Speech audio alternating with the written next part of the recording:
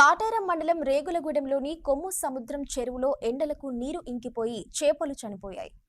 సుమారు 1 లక్ష నుండి 1,50,000 రూపాయలు నష్టం జరిగిందని ప్రభుత్వం ఆదుకోవాలని మత్స్య సహకార సంఘం అధ్యక్షులు తూటి మనోహర్ కోరారు. అదేవిధంగా ఎండలకు నీరు తగ్గిపోయి చేపలు మృతి చెందకుండా చెరువు వద్ద ఒక బోరు వేయించాలని అన్నారు. చిన్న కాళేశ్వరం ప్రాజెక్టు ద్వారా అన్ని చెరువులు నింపాలని కోరారు. ఈ కార్యక్రమంలో డైరెక్టర్లు అన్నవేన సమ్మయ్య, చిన్న సమ్మయ్య, అన్నవేన రవి, బొర్రకుంట రాజయ్య, ఎండి గోరేమియా తదితరులు పాల్గొన్నారు. కొమ్ము సముద్రంలో చేపలు పెద్ద మొత్తాల్లో చనిపోవడం జరిగింది.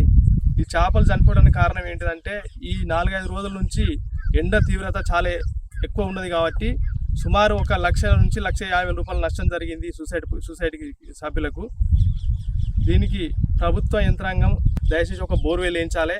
అట్లానే ఈ మన చిన్న కాళేశ్వరం ప్రాజెక్టు పూర్తి చేసి ఈ చెర్లని రింపినట్టే ఉంటే మా మత్స్యకారులకు ప్లస్ రైతులకు ఎలాంటి ఇబ్బంది లేకుండా ఉంటుంది. కాబట్టి ప్రభుత్వం వెంటనే దీని మీద కొద్దిగా స్పందించి దృష్టి పెట్టాలి.